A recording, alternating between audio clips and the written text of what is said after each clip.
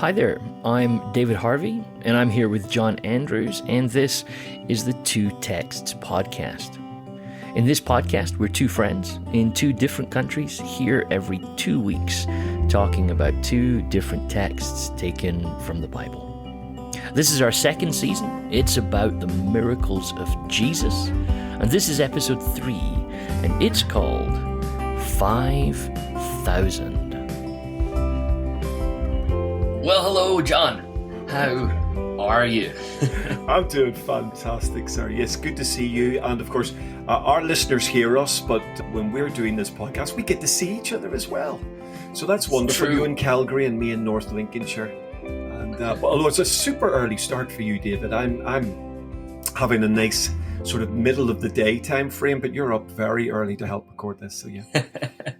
One of these days, maybe we'll start sneakily releasing some video podcasts, but at the minute, you just get to hear us. And some of our fans are probably saying, that's good. Yes. Yes. Well, I'm personally saying that's good with my face, absolutely. So we'll leave people in mystery as to what we look like. Yeah. Absolutely. Fantastic. And so we are talking about miracles of Jesus and really making sense of the miracles of Jesus. We're just to remind everyone, or perhaps if not caught the last episodes, this sense of digging into the miracles to see not only what's happening in these stories, but what the stories might be teaching us about what it is to follow Jesus, about what it is to be human. Really, there's way more depth to them than just simply something miraculous happened. Yeah. And I am kind of excited about that because we're jumping into Matthew chapter 14 today. This is just a really brilliant little story. And so I'm going to read it, John, and then we're going to dive in. It's quite possible that this story might be familiar to some of our listeners. Again, one of these stories that has some language that has made its way into contemporary culture. I remember as a kid, whenever my gran was having to cook for a lot of people and was having to thin out the soup so that it would make sure it reached everybody, she used to say, it's like the feeding of the 5,000. She used to say, my Scottish gran. So this is Matthew chapter 14, and we're going to begin at verse 13, John. He says, now when Jesus heard this, and I'm not going to say what this is, but you and me are almost definitely going to want to talk about what this is in a few minutes' time. But when Jesus heard this, he withdrew from there in a boat to a deserted place by himself. But when the crowds heard it, they followed him on foot from the towns. When he went ashore, he saw a great crowd, and he had compassion for them and cured their sick.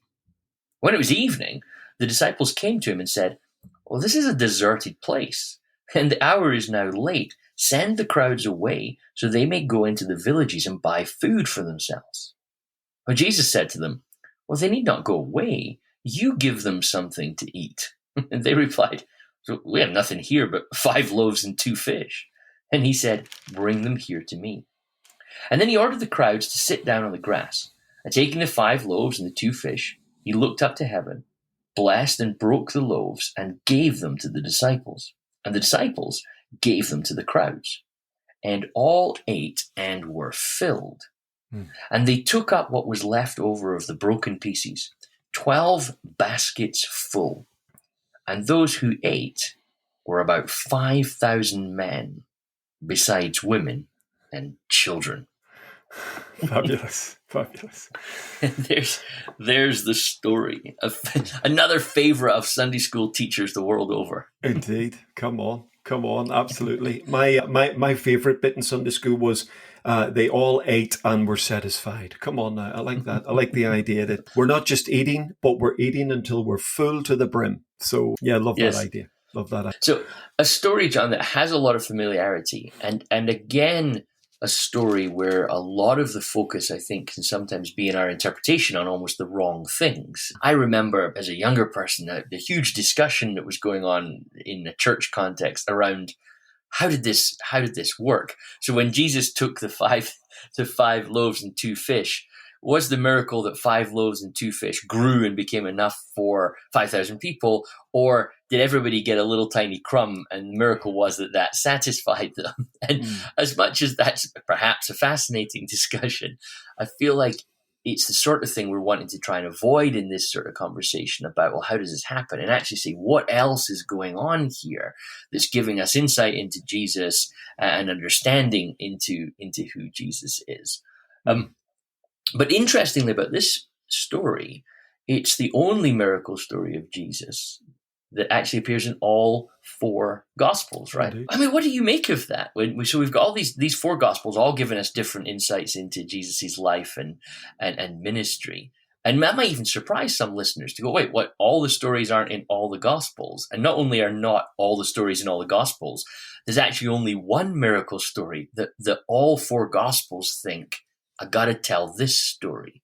I mean, that's quite interesting, isn't it? It's fascinating. And of course, for our listeners to think about, because we keep nudging into lovely little hermeneutical ideas or how to read the text, how to understand that. And of course, when it comes to the Gospels, you get this beautiful tension between what they share together and what they uniquely present. And so it's letting each Gospel writer speak in their own right. So Matthew has something he wants to say, Luke has something he wants to say, etc. But then there are moments when they share certain stories together, and right across the 4 Gospels, you get maybe each of the writers including a specific story, or in this case, this incredible miracle. And in a moment like that, that should cause us to lean in and go, why is that? What makes this particular miracle so special or outstanding in the thinking of 4 Gospel writers that they all include it? When there's a whole bunch of stuff, you think, well, why isn't the raising of Lazarus from the dead in all 4 Gospels? That's pretty cool. That's pretty amazing. So you're sort of asking, that's an interesting thing. And I think it's one of the things hermeneutically our listeners should lean into when they are reading the Gospels, is to spot the stuff that seems to correlate and ask why, as well as, of course, try to celebrate what is unique in each of the Gospel writers. I also find myself wondering sometimes what it's like to be at the Gospel writing processes. You think about, like, you're Mark or Luke, and you're writing through these stories, and maybe you've got a friend. Everything happened in community in those days. So, right, okay, I'm going to put together this Gospel, says Luke, and they're talking, what stories should we include? And I often love the idea that somebody goes, do you know a story about Lazarus? And Luke's like, nah. We'll leave that out. And it's interesting to even put our minds into that, to realize this underlying sense that why would you leave that story out? And that to me brings us to exactly the point, which is that the Gospels are not biographies. Indeed. If you were writing a biography of Jesus, you would never leave the raising of Lazarus out. But if you're trying to write a discipleship document, right? If you're trying to write a document that has a particular agenda to push you towards following Jesus, then you might say, well, the way I'm writing the document, these are the stories that I need. And it's quite likely in early Christianity, many of the stories were known that didn't, even John makes that reference in John's Gospel, doesn't he? That, there's more stories. I just didn't have space. And I was trying to lead you to think about Jesus as the Messiah. So there's all sorts of space for that thinking. But that's what I find so fascinating about the feeding of the 5,000, because here I have to ask myself the question, what is it about a miracle of feeding people who are hungry that all 4 Gospel writers thought, when I'm teaching people how to follow Jesus, I have to tell them this story. And I think that it's worth reflection right at the very start for us to almost go, a story about feeding the hungry seems to be considered a central story for the disciple of Jesus to know. Absolutely. And of course, it causes us to lean into Jesus' relationship with the crowd. And there's a fascinating context to that, which we're going to reflect on in just a moment, I think. But also the fact that he was not simply concerned with bringing the kingdom to the crowd, but actually ministering to them, helping them in their ordinary, everyday needs. He could have dismissed that crowd. He could have said to the disciples, absolutely, send them away with no food. But instead, Jesus leans into providing sustenance for this massive community. 5,000 plus people. There's all sorts of estimates as to how many people he may have actually fed. We'll not go there, I don't think. But it's just, we know it's 5,000 plus. And actually, he leaves them satisfied. And interestingly, of course, immediately after this, we didn't read that, but he's able to dismiss the crowd. So it seems that the crowd at this point are undismissible. They don't want to leave. They're hanging on to everything they can get here. But Jesus then, after feeding them, is able to dismiss them, and they actually do go home, at least on that side of the Galilee. So it is worth sort of thinking about. My goodness, why do we have this repeated in all four Gospels? Matthew gives you a little bit of this interesting story. Jesus goes ashore, he sees this great crowd of people, and he had compassion on them, the text. The text said this fascinating little Greek word in there. I'm a fan of this Greek word. Do you like this one? I do. Splagizomai. It's like you really got to get your teeth around that and not have a mouthful of Rice Krispies when you're saying that. It's a serious word. Serious word. And of course, the root of the word is the sort of the idea of splachnon, this bowel. Something's coming from the depth of his being that is reaching out to these people. This isn't just Jesus going, these people are hungry. Let's see if we can hustle up some food for them. There's something coming out of the depth of his being, and he wants to do something to help them and support them and minister. And I think that is a crucial understanding to this story. I think it's the motivation of Jesus in why he's doing what he's doing. It's not just, let's do a cool miracle that will get the people talking. This is Jesus. There's something coming out of the depth of his being to both reach out to these people and heal them, but then also provide for them materially in the context of food. And so this notion, you see very much an insight into a little bit of the Greek background of the writers that are writing the Gospels here, because that splanchnid, like you were saying, this kind of bowels, in the ancient Greek world, that was considered to be the place where your emotions and feelings reside. It's quite interesting, actually, over history, you can see us move our thoughts on this around. So then for a while we always talk about it as our heart. I love you with all my heart. And then of course nowadays we would say, well, actually it's all happening in your brain. So we've moved up the body from the bowels to the brain. But I often think it's beautifully descriptive. When you do feel something, where do you feel it? In the pit of your stomach, don't you? So you can understand why the ancient thinkers were like, well, the fact that when I feel love, I get butterflies in my stomach, and when I feel pain, when I see something that causes me to, compassion literally means to suffer with, doesn't it? It's in my stomach. I lose my appetite. I don't want to do that. So I find that quite interesting, that word's there. And then one of the things that's kind of neat, again, for our listeners, is when you've got a story that's in all four Gospels, sometimes it's sort of fun to lie them all next to each other and just see what's going on. And of course, when you do this, Mark adds just a little bit more context, doesn't he? So Jesus has compassion on them. And then you get this line, because they were like sheep without a shepherd. So you get the Mark really leaning into the pastoral nature of Jesus here. Indeed. That these people are lost. And I don't even necessarily mean that in high spiritual language in that sense of it. They're quite literally, at the very elementary level, they don't even have any food to eat. And Jesus, the good shepherd, can't just let sheep go hungry. So Mark really ties together the metaphors quite wonderfully, I think. It's beautiful. I think that is really beautiful. And I think it does give you an understanding of how Jesus saw, again, modern spirituality, modern church.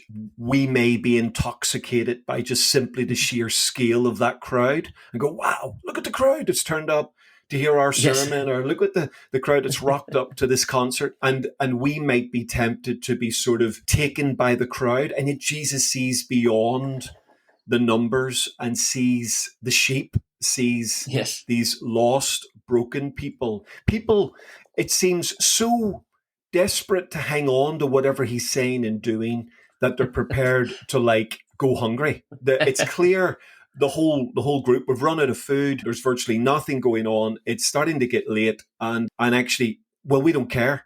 This is so good. We don't want to let go of this. And Jesus sees this magnificent crowd, but sees in the sheep lost. And that nuance, that motif of the shepherd heart of God. It's interesting that in terms of the leadership motif, it is probably the number one motif. So when we think of God as our leader, as God is leading his people, shepherd comes over and over and over again. It is a dramatic and glorious. And of course, Jesus himself in the New Testament is referred to as the Good Shepherd. He calls himself that, the chief shepherd and the great shepherd.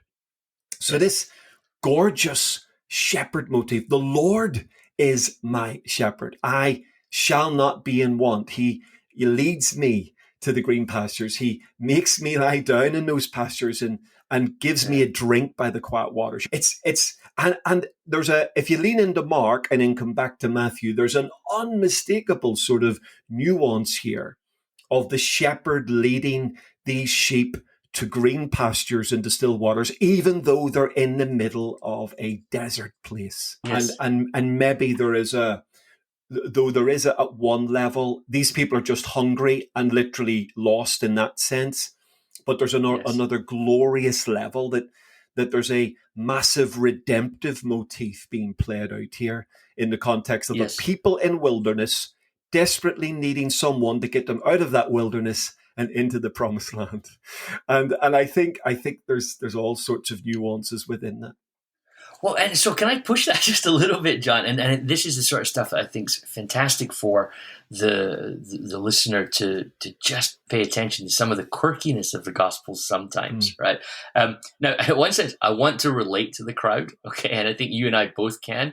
So I have, in my life, found myself in a moment of study in the Gospels before, getting so excited by it that I've stayed up too late, right? I don't know if you've ever had that I've I'm going to go to bed in a little while. In truth, it happened last night. My alarm was going off well before dawn this morning to jump up and do this recording. And I was sat with Matthew going, I just got to read a bit more of this because this is just so exciting. I've also skipped meals before. I know you've told a funny story in the past where you even passed up toilet breaks. So you and I can both relate to just being so encapsulated by the works of Jesus. So I find myself thinking, if I was in that crowd, I wasn't going to be leaving to go and get some food either. And then you get to that moment where you're like, oh, I'm in a bit of trouble now. But here's what's interesting. So Jesus says, and there's humor in this for sure. Jesus, has compassion on them because they're like sheep without a shepherd. And then enter the disciples who are almost always playing the role of you and me in this story. Enter the disciples. Jesus has compassion. They're like sheep without a shepherd. The disciples, we're out in the desert and it's late. Send everybody home. It's like the complete opposite. Complete opposite. But notice, this is a desert place. Some translations turn it to a lonely place, but the language is, this is a desert place. And this is a deserted place. But interestingly, before the miracle even happens, in Mark's gospel and in Matthew's gospel, you see this. He says, make the crowd sit down on the grass. And in Mark's gospel, on the green grass. Mark even tells you the color of the grass. Now, I just think there's something fascinating for any listener to say there, that your perspective of where you are can be so altered just by how you see things. We're in the desert, Jesus, and we've got no food. Actually, there's some grass over there. Actually, it's not as bleak, and the grass is green. So it's almost like Mark's just hinting to the listener, it wasn't as bad as the disciples thought. Right? You can paint the picture of the place you're in as a desert place where nothing can happen, but actually you might just be a couple of feet from some green grass where there's actually life, growth.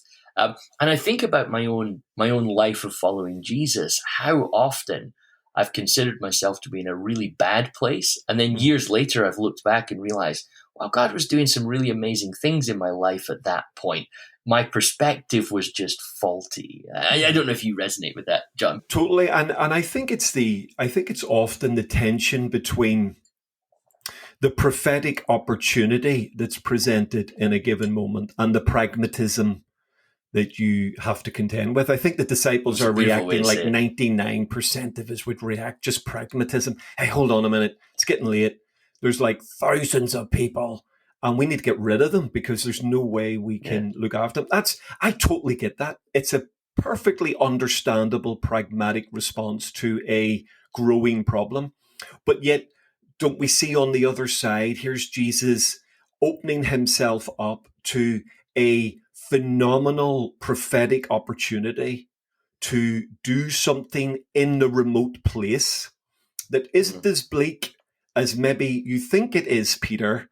I'm able to do something here. I'm able to, even in the apparent remoteness of this place, I am able to provide in the wilderness, to lean into the word, Ramos. So I'm able to provide an oasis in this desert. I'm able to lead you to the quiet waters and to the green pastures, and something can happen in the remote place if we are prepared to open our hearts to the possibility that actually the Lord can step into that and do something there. And so pragmatism will always militate really against the prophetic opportunity. And again, I don't want to overpreach that or sound like we're turning this into a sermon series, but there's no doubt about it. If you just look at the real facts in front of you, it tends to lead you away from the possibility that something could happen beyond the natural physical limitations of this moment. And I think this is one of those glorious clashes between Jesus and his gorgeous young disciples who are still learning to negotiate with this incredible person that they're following and that they call Rabbi or Master. And you even see, again, just jumping back to Mark for a second, and also John's Gospel, both of them pick up this nuance that, like in John's Gospel, 200 denarii would not buy enough bread for each of them to get a little. 200 denarii is about a day's wages for a laborer. Yeah. So Jesus has sort of said to them, well, like, we're going to have to look after these people. And the pragmatist immediately goes, goodness, almost a year's, like half a year's salary, and we're not even going to give people a nibble. You know? Yeah. So then, well, let me say it like this. This is a story about bread in the desert. So there's probably some resonances going on here for the ancient Jewish reader as well, right? And in John's Gospel, the crowd definitely figure that out. They go, wait a minute, we've just got bread in a desert place. That's a story we know.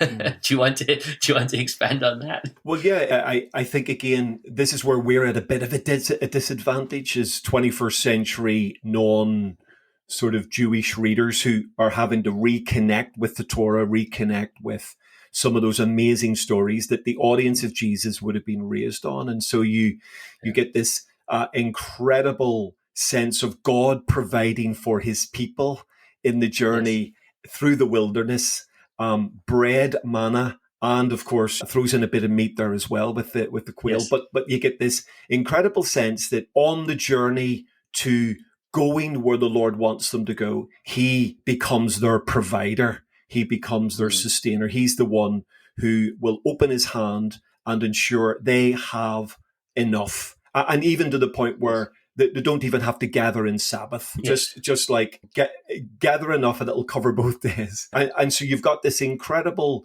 sense of the Lord providing for them, leading them, guiding them, giving them all that they need for the journey they are on. And of course, Jesus leans into that as this incredible statement, I'm the bread. I'm the one you need to feed off. I'm the one you need to eat off. I love the sort of Johannine conclusion, which is sort of Jesus says, eat my flesh, drink my blood. And it's almost as like the exits are here, here, here, here, and here. It's like Elvis has left the building as the crowd suddenly go, what? No, that's not the leap we wanted to make. But at the end of it, you've got this sense of an understanding that there is a natural bread being provided, but there is a greater and deeper message being provided into the midst of this. And of course, I think the nuance of Moses in the wilderness with the people of God and Jesus in the desert place with with people that he's calling to the kingdom. I think that absolutely sits there. The motif of shepherd sits there, and the connectedness between Jesus and Moses at this point, I think, is quite powerful and profound. And this is something that Matthew appears to be doing intentionally. Stereotypically, people say Matthew is a gospel that seems to have some very strong Jewish resonances about it. It's the one that really feels like he's doing something with his relationship with the Old Testament, Torah, and the prophets. And you've had Jesus on a hill or a mountain, bringing around a new way of life. Moses was up a mountain. You've of course got Matthew's got a resonance of Jesus' temptation in the desert, 40 days, got 40 years of Israelites. It's as if Matthew is trying to draw certain parallels, almost to create something of what you might call Jesus as the new Moses. And so now they all make similar points, the gospel writers do, but Matthew just seems to want to keep that a little nearer the surface than some of the other writers, doesn't he? But again, you do see it also in John's gospel, I think, and John even makes it explicit at some points that the people at the end of this miracle story, the people want to make Jesus king by force, and there seems to be traditions developing around the time of Jesus that when the next rescuer comes, when the Messiah comes, they'll start to redo some of these mosaic miracles, for want of a better term. And so you have this sense of, wait a minute. And if you think about it, it makes sense. In the ancient world, and you see this happens shortly after the life of Jesus, at Masada, just outside, well, in the Israelite area, the Romans move in to sort of quell a rebellion. Everybody hides up into this kind of mountain fortress type area. And the Romans just wait them out. That's how they did battle a lot of the time in those days, is we'll just surround your city or your encampment or your fortress and just wait until you've got no food left. And once you've got no food left, you'll have to surrender or you'll all die. And so there's quite a powerful social image going on of people going, well, wait a minute. If you can feed 5,000 people with a few loaves, you would be an amazing king, because we'd be unbeatable because the armies that besiege us, they'd run out of food before we would. And there's almost this kind of humorous sense of we've got 10 loaves in here. We'll be here for a while, So you can see why the crowds go, we want rid of these nasty Romans. And now we've got a potential guy who could not only lead us with profound wisdom, but can feed us without much. No wonder everybody wants him to be a king. But then you get this starkness of Jesus, where he then, as you say in John's gospel, says, "Oh, no, that's not what I'm talking about. I'm talking about, can you walk the journey that I'm walking?" Fascinating in John's gospel that this miracle story leads into the closest thing to a communion moment that we have, isn't it? Indeed. Where it sort of leads in, well, can you eat my blood? Can you eat my flesh and drink my blood? Can you follow the way of the cross? Yep. To which, of course, everybody goes, no, and leaves. So Jesus goes from 5,000 people to no people and turns to the disciples. And it's one of my favorite lines in all of John's gospel, when he turns to the disciples and goes, well, are you going to go as well? And Peter goes, no, we don't have anywhere to go. And it's always read as this great confession of faith from Peter. But I often find myself hearing Peter's first point, which is, well, probably like to go somewhere else at this stage because this is all a bit rough, but I gave up everything to follow you, Jesus, so I don't have the option of being somewhere else. Yeah, and of course, I love what Peter, you do really get the sense of humor in the story if you're prepared to push on that. But I do love what Peter concludes with. Peter says, well, once he's getting over the shock of just crowds leaving, and realization he's nowhere really to go, having given up everything to follow Jesus. He then says something magnificent. He says, like, where could we go? You have the words of eternal life. And I love the fact that Peter is linking now the words of Jesus to the bread idea. That not only has Jesus declared himself to be the bread of life, but Peter's now going, no, your words are life. And of course, it seems to be he is maybe with the other disciples starting to grab the momentousness of the sort of transition they're going to have to make to be the followers of this this bread and participate, even though they would continue to struggle with the imagery. And you have those humorous moments where they get stuff and then they don't get stuff. But I love Peter's reaction. But Lord, you have the words of eternal life. And I think, again, it's that lovely idea that there is a feeding of hungry hearts here. But the aspiration of Jesus is that they will come to understand that in order to have hunger truly satisfied, they must feed of something greater, something beyond themselves, feed of him himself and his words. And I really do like that Johannine sort of reflection on that. Yeah, it is beautiful, isn't it? How Peter gets that first realization of, oh, Jesus is not trying to build the kingdom we thought he was trying to build. Mm-hmm. He had 5,000 people, or 5,000 men, plus women and children, who were ready to go, let's start a rebellion here. And Jesus said no, and this is what we're actually trying to do. And they all leave. It's the story that always comes to my mind, John, whenever people go, wouldn't it be great if Jesus could come to your church for just one weekend? And I often find myself thinking, be careful what you wish for, because his sermon results were pretty tragic. And so pushing then, let's just go back to the comment that I made right at the very start, because I think we're laying out some of the sort of groundwork here, John. So we've got resonances of what kind of kingdom is Jesus trying to build. I think that's we're going to want to come back to that at some point. But we've then got this Moses echo.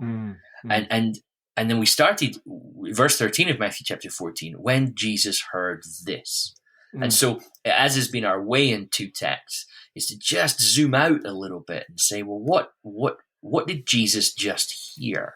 Because whatever it was, Jesus heard something, and he decided to go to a deserted place by himself. Yeah. But the crowd chased him down. They weren't going to give him. But Jesus was actually trying to avoid the crowd at this particular moment in his ministry. And once we jump into that parallel, there's some really interesting nuances to sort of see what's going on again with Matthew sort of setting up a scene for us. In my Bible, we have a lovely little division point between verse 12 and verse 13. It says Jesus feeds the 5,000. And verse 12 says this, John's disciples came and took his body, that's John's body, and buried it. Then they went and told Jesus. So if our readers look at the beginning of Matthew 14, you've got there the story of the execution of John, and it climaxes, at least emotionally for Jesus, with him being told directly by the disciples of John that John is dead. Now remember the relationship that Jesus has. He's a relative of John, and of course John was the preparer of the way, the harbinger, the Elijah who would prepare the way for the Lord.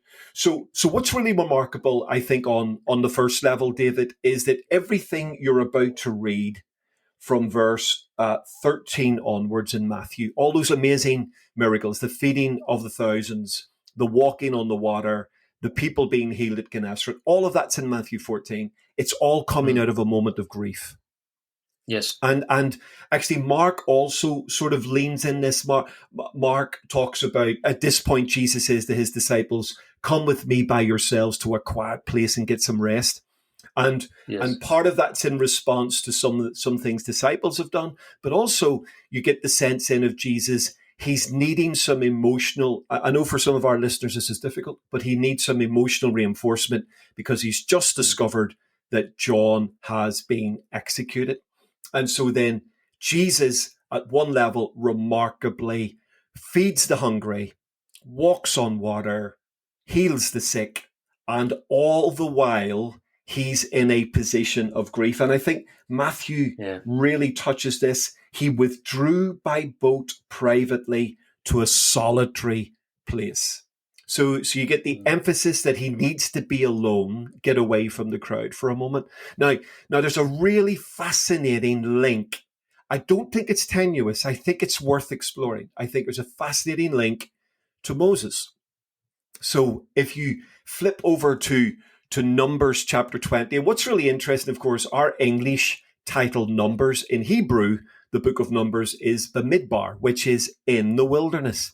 And so you've got the journey of God's people through the wilderness. This is an interesting little piece of, I often think it's just worth mentioning, as you mentioned, that the way that the first books of the Torah, the first 5 books of the Old Testament, are named is all based on their first lines in Hebrew, isn't it? Indeed, so we talk about this book Genesis. In Hebrew, Genesis is literally called "in the beginning," isn't it? Right, and Numbers, which is, if you read the opening bit of Numbers, you might think, yeah, it's a fair title, but Numbers is called "in the desert," isn't it? Yeah, so they all have these. So all 5 books in Hebrew are named after the first few words, which is quite interesting. Really, and actually, personally, for me, in my own study of the Old Testament, this has really helped me. I read the first 5 books of the Bible differently because I think I lean into a Hebrew understanding of why the book is written. So Bereshit in the beginning, Shemot, names for Exodus.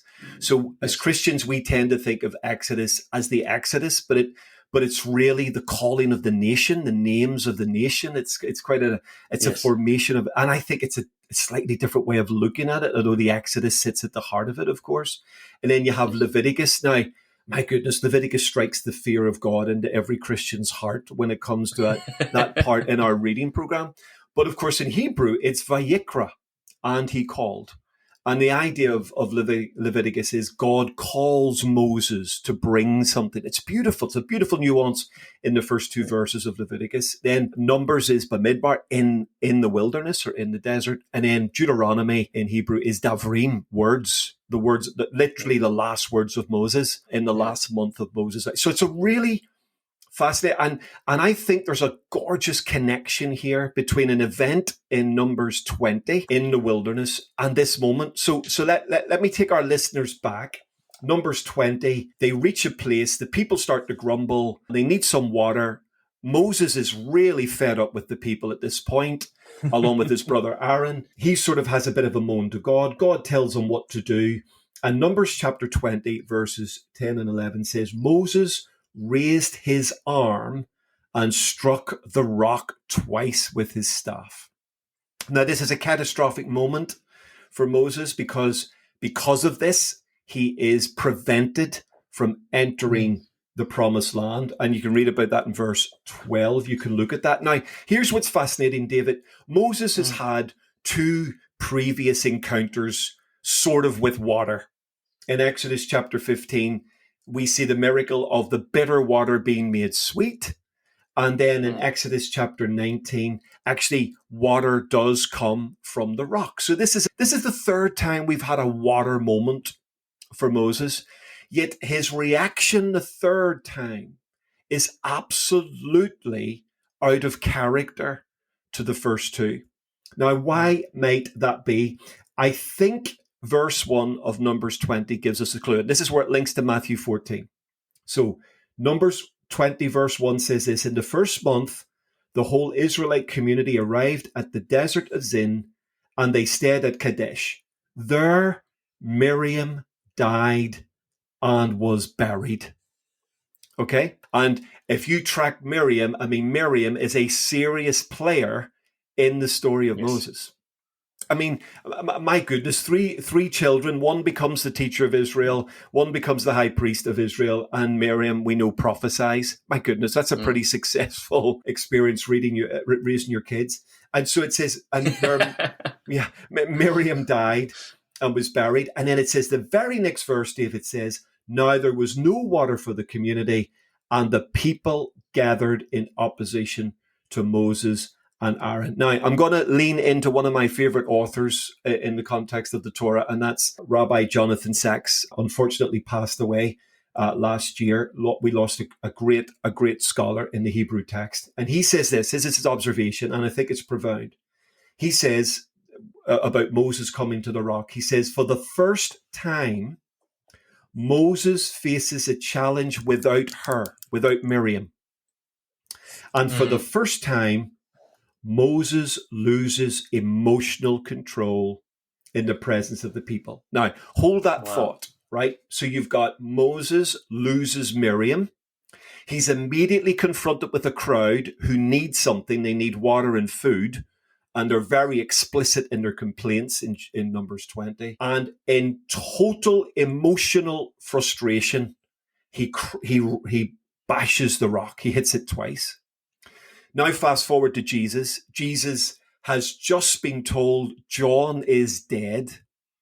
He goes to a solitary place to get away from the crowd. He steps off the boat. The first thing he sees is a crowd. What does he do? He has compassion for them. And you end up with a completely different reaction. So here's Moses, who should have led them into the promised land.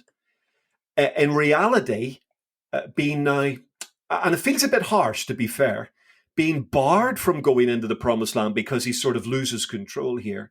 Here's Jesus now, can I use the language, the greater Moses, the substance of the shadow that Moses represents. And here's Jesus on the back of a death, reacting completely differently to Moses. And instead of then striking the rock and missing an opportunity, Jesus becomes himself the provision for the people. If you like, the water and the food comes out of him and, as it were, enables him to lead them towards the promised land of freedom. Now, I hope I'm not overstretching that.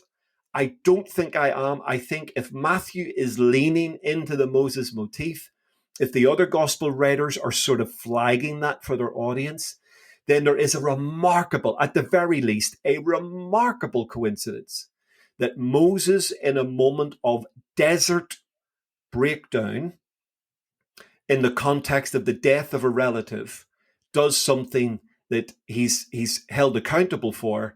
Jesus, in a moment of emotional challenge, in a desert place, manages to react with compassion and bring something greater to the context. And it could be those two ideas are connected. Certainly worth a look. Yeah, it's quite beautiful actually seeing the contrast and the parallels and how the two stories line up. And I think you see Matthew doing this all over the place. So I don't think that is a stretch to draw that comparison. There's definitely a sense that the people who are in this story, I mean, John's clearly picking up Mosaic imagery, isn't he, in his account? So it's, I don't think you're far left field when you start to see these sort of parallels and think, okay, what is actually going on here? Are there new stories being created, a retelling of this? And things like this might sound far-fetched when you say it. Like, are we supposed to believe that Matthew's writing this with nuances of what's going on in Torah, that we're supposed to pick up on this? But if you don't believe that, it's always worth going over to John's gospel. And John does this so explicitly sometimes, like right down to, how does John begin his gospel? In the beginning.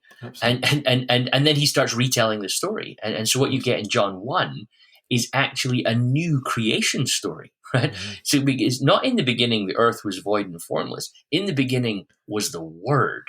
So it's as if John, it's stunning to think about it. He turns up to his tradition and says, no, I'm going to retell some of the most well-known pieces of our narrative and our story and our history, and I'm going to tell it from Jesus' perspective.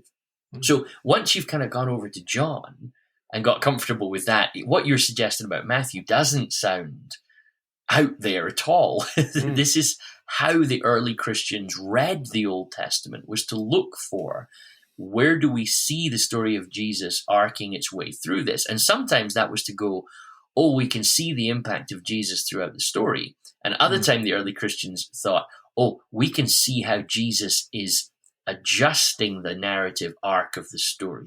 So whereas it was, death of a loved one to negative result, now we've got death of a loved one, compassion and positive result. And again, going over to John's telling of the feeding of the 5,000, the people there clearly started to make Moses links, because even at one point in that story, they literally ask Jesus the question, so are you telling us you're greater than Moses? Yeah. One of Jesus's great social moments that often makes me chuckle when he knows how to really win a crowd over, and I say this sarcastically, when he says, well, yeah, your ancestors did eat bread in the desert and now they're all dead. and the crowd don't take overly kindly to that, obviously. But Jesus is, again, you see John absolutely explicitly naming the problem for us. This was our story. This is our story, but it still ended up with the same result. Our leader was brilliant. He messed it up and things didn't go well. We ate of God's miracles every day, but everybody still died. This didn't solve the problem. And then you get Jesus as the correction and the solving of the cosmic problem of sin and evil that's going on. Here's what I would say. We know that the early Christians told the story of the feeding of the 5,000 like this, because we've got proof of it in John. So to draw those parallels, I think in Matthew, where if we're right that Matthew has a lot more Jewish nuance, I would assume that means that Matthew thinks his readers are a little more Jewish. So this is from Torah. Torah is, what is it that rabbis say? We take a child and we stuff them with Torah like an ox. So, which I love that imagery. Just, children are just force-fed Torah. And I don't mean that in a negative, sorry, force-fed might sound negative, but just we're immersed in it as children. So if there's resonances to be seen that we go, maybe there's a resonance to Torah there. I think Matthew's listeners would see it instantly. Look what Matthew's doing here. This is the retelling of that particular story. For sure. And again, those links are difficult for us, 21st century non-Hebraic sort of people that are learning the story of Jesus and learning to read backwards into Tanakh, learning to read forwards from Jesus into the New Testament. Yes. So we are constantly learning. I mean, I am constantly discovering things in a Jewish reading of Jesus that, my goodness, have been glorious. I have been shocked. I have been excited. And I have been sort of slightly terrified by thinking, hold on, if I've missed that link, what else am I missing? What else am I not seeing? Because I'm superimposing my Western 21st century view of Jesus onto him instead of trying to understand him in his world and how he connects some of those magnificent themes. And I do love what John says in the glorious introduction to his gospel. He says, the law came to us by Moses. He acknowledges that this law that would be a school teacher that would lead us to grace, this idea that this law came to us from Moses, but grace and truth comes to us through Jesus Christ. And in fact, he emphasizes grace and truth twice. Now, isn't that striking? It's the combination of not just grace, but it's grace and truth, and the nuance that actually Jesus himself is the bringer of truth. And the truth that he's bringing is the fulfillment of the shadow of the truth that Moses brought to us in the beginning. And of course, this becomes a massively controversial point for the burgeoning young new ecclesia that has to grapple with, can we just come to Jesus, or do we have to go through Moses to get to Jesus? And here we have Jesus, like we've talked about in the parables, Jesus superseding the temple. He becomes the embodiment itself. Destroy this temple and I will rebuild it in 3 days. Unmissable statement that he's the superseding of the temple idea. And of course, controversially and gloriously, Moses himself. Jesus is the fulfillment of every shadow that Moses is bringing to the table in the context of the law. And of course, we do this in modern times as well. So let me just lean into my nationality for a second. But so let me use, as a Scots person, right? Many of our listeners will know, regardless of where they are in the world, that there are some tensions sometimes between Scotland and England, right? And every time there's a little bit of a push towards Scottish independence, the imagery that gets used is the imagery of William Wallace and Robert the Bruce. If you've seen Braveheart, then you kind of have a broad take on that story. Now think about what's going on there. And I remember as a teenager, there was a big push for Scottish independence, and then there's even been votes for Scottish independence. But every time this happens, all of a sudden, Braveheart imagery starts appearing everywhere in Scotland. Politicians leverage the stories of Bruce and Wallace. Like centuries later, these old stories are being used in a modern time to draw connections.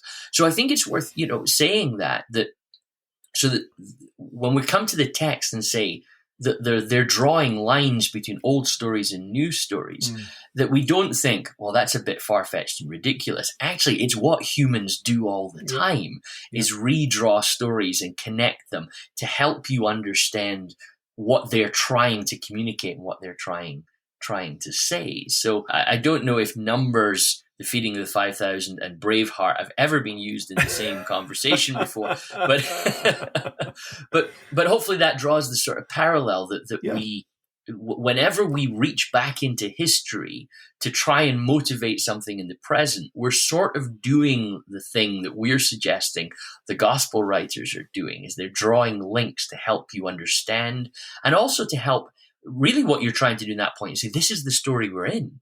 This is the story we're part of. So when the Scottish politicians pushing for independence came along, what they were trying to say is, this story that you grew up learning of Wallace, we're trying to finish it off. We're trying to put the pieces back together of this story. And now whether that's valid or not is for the voter to decide. Yeah. But for us as gospel readers, it's a very common thing to do what we are assessing the gospel writers to be doing just here. I think Paul and the writer to the Hebrews, they also pick up these ideas. I mean, you read Galatians, my goodness, how Paul works Tanakh for the advantage of this message that Jesus is bringing, this fulfillment of grace and truth. I know the book of Hebrews can be troublesome for some people, but it is a magnificent piece of literature that reads back into Tanakh and connects substance to shadow. And again, I think it's our listeners recognizing that actually Moses, Elijah, these are shadows of something that will ultimately be totally fulfilled in and through the person of Jesus Christ and the ecclesia, the community that he will call out of the world to himself. And we get the Gospels as the sort of burgeoning beginning of that conversation, which happens. And that's why we enjoy leaning back into the Old Testament, studying it, reflecting on it, learning from it, not abandoning it, but recognizing this was the only Bible Jesus had. And from that Bible, Jesus draws the glorious threads of grace and truth and the kingdom of God and ultimately the purpose of God. And in the way that Moses is called to lead a community, a holy nation and a kingdom of priests into a land of promise to establish the purpose of God, so Jesus is now calling to himself a nation, calling to himself a kingdom that he will lead into glorious, as it were, freedom through his death and resurrection. And of course, it's not just those that are traditionally regarded as being within the call group that are part of that. Now he's extending the invitation to the margins and beyond, and becoming the shepherd, not just to one particular flock, but the shepherd of many sheep that are not of his flock. And he's actually drawing them in, which is again a beautiful Johannine understanding of that. And so we're talking about kingdom then. Let me just jump into another parallel that I'm detecting going on here.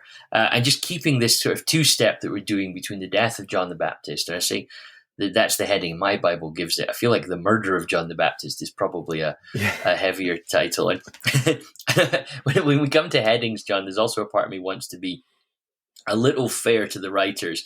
That we talk about how they break it, and it's now, this is the story of the feeding of the 5,000. Of course, the two verses before, you have John the Baptist's head on a platter, John the Baptist being buried. To be fair to the English printers of the Bible, if you don't put that heading in, the feeding of the 5,000 goes from a U classification to a 15 quite quickly, doesn't it? It's no longer a children's story. But think about this for a second. I like to see party all over the place in Jesus' story. But there's two parties going on here, actually. They're not badged as parties, so I'm being a little facetious. But you've got the party for Herod's birthday, Indeed. and then you've got this big feast that Jesus produces from almost no food. And you've got the King Herod, who even in the socio-political context of Jesus' world, nobody liked Herod. The Jewish people didn't like Herod. They felt he was a puppet king. In fact, you even see that alluded to in the parables of the coins, don't you? That there's this illusion that when Herod was about to be made king, a delegation was sent to the Romans to try and stop this. So he's not a popular character. You've got Jesus who, can he be the king? Well, the answer is yes, but not the king you expect. And now let's clash the two kingdoms together. And you have Herod, he hosts a party, it's his birthday, he's expecting gifts, and the net result of this party is this barbaric, it's nothing other than barbaric moment where the person who's hosting the party wants to show off his power. Look how much power I have. I can actually execute someone it's awful. It's ghastly, isn't it? That I'm going to execute someone just to show off to my party guests as to how much power I have, right? And then you've got another party where, well, you want to see what power looks like. I'm going to feed the hungry, and I'm going to have compassion on the lonely and lost. Now, for me, I think there's a tension running all through all the Gospels of the kingdom of God versus the kingdoms of the world. And even like on a very practical level, there's this sense of the Sermon on the Mount, Jesus saying, I'm going to show you a new way to live. This is what God's kingdom is like. And I can't help but see another kingdom clash going on here. You can have the kingdoms of power that just kill and destroy.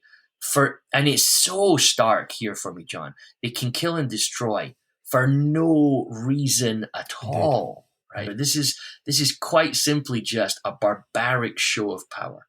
And then you get this, and I don't even like using the term of Jesus because it's so different from it, but then you get this different show of power just verses later that come from compassion. And compassion that is rooted in grief. So we have Herod at the high. What does the King Herod do when he's in the best mood possible? It's his birthday party. He's overwhelmed by the dancing of his stepdaughter. What does he do in this sort of context? He kills someone. And of course, this backstory, John the Baptist and Herod have kind of fallen out because John's not happy with the wife that Herod's taken because he stole her from his brother. And there's all this sort of ugliness. So there's kind of sex and power going on in the story already. But at Herod's peak point, he beheads somebody for show. At Jesus' lowest grief point, he feeds 5,000 people because he has compassion on them. I mean, amazing. We've got to see, that's got to be there, John, hasn't it? That there's a contrast here. It's absolutely stunning. It's a stunning insight, David. And I think, I'm quite emotional listening to you unpack that. And I absolutely do concur that throughout the Gospels, you get this tension, pull and push between the two kingdoms. And of course, ironically, if you bring the Johannine text into it, and I'm really loath even to say this because your point was so magnificent, it feels like I'm just adding to it rather than, as it were, making it better. But it's when you go to John, of course, in this act of compassion, they want to make him king. So yes. you get Herod desperate to be loved by the people, but the only way he seems to be able to relate to the people is through force, through brutality, almost Roman-esque behavior. And we know the Romans were slightly embarrassed by the Herodian family. One of Herod the Great's sons is actually removed by the Romans because they don't like him. Yeah.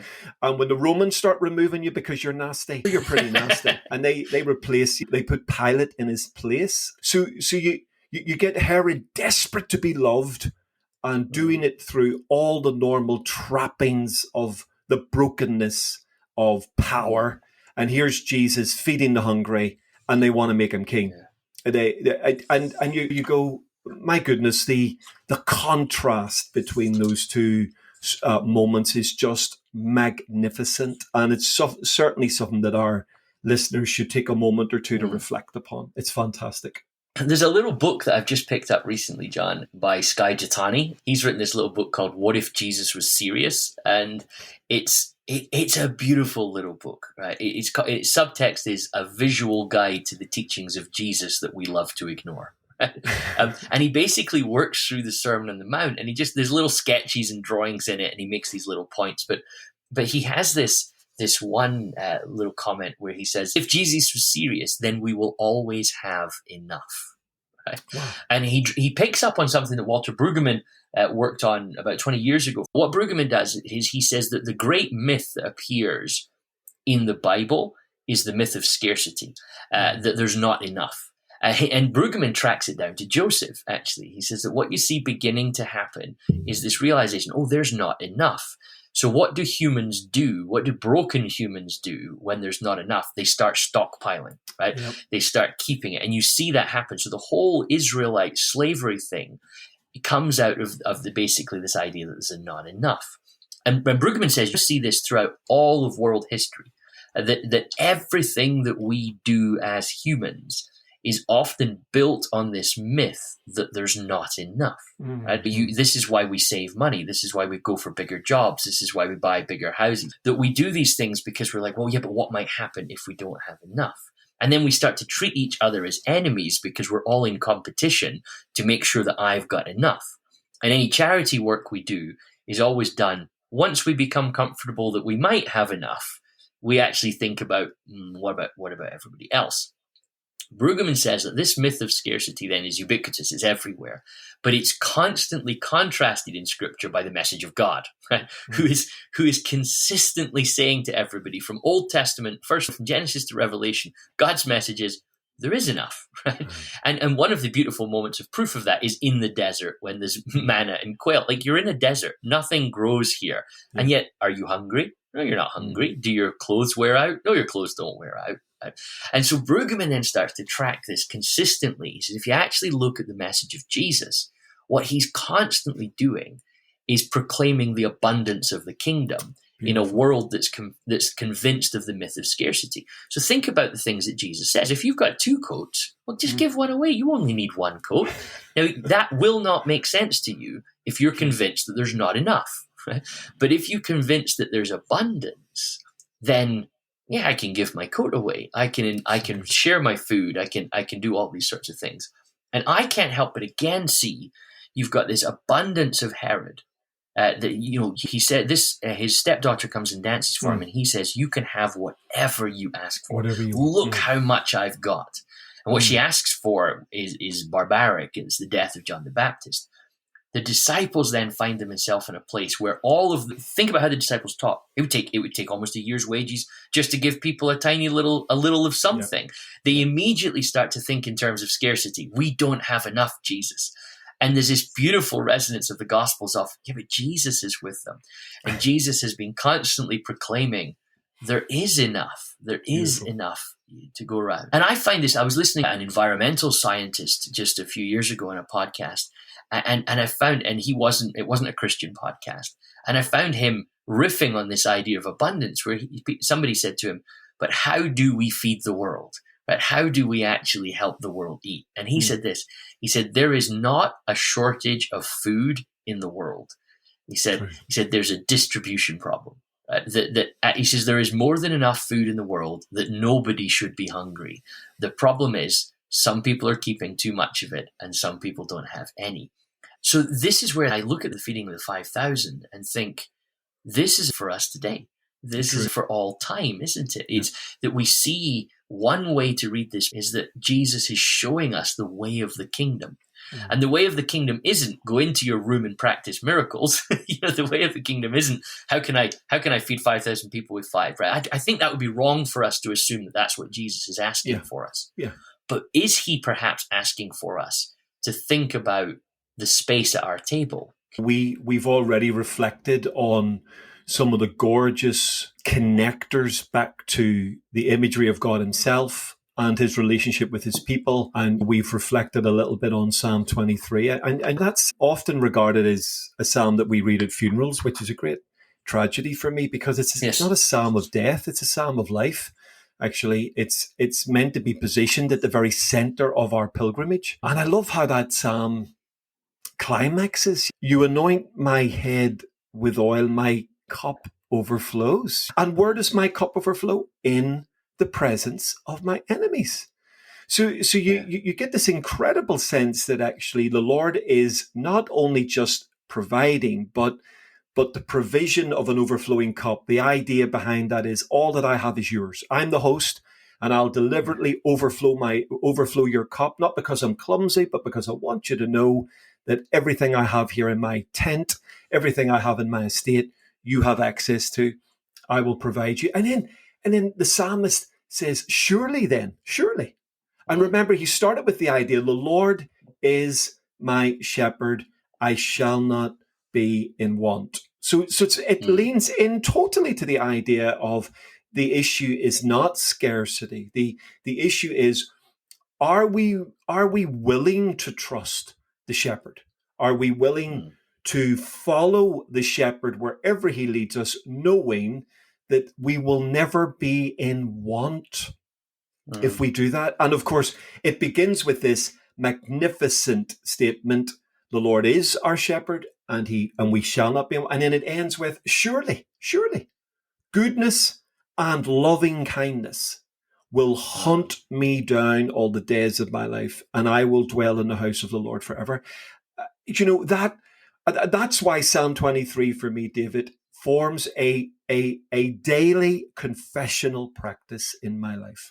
I did it this morning in sitting in my back garden of my conservatory in the quietness of the morning, the stillness of the morning. At about 5 minutes past 6, I spoke out. I recited this magnificent psalm because a belief that he is our shepherd, a belief that we are his sheep, ensures we will always have what we want because he is always the God who meets the needs of his people. And I think Old and New Testament, a Bible worldview, completely and absolutely affirms that. And I think you're right.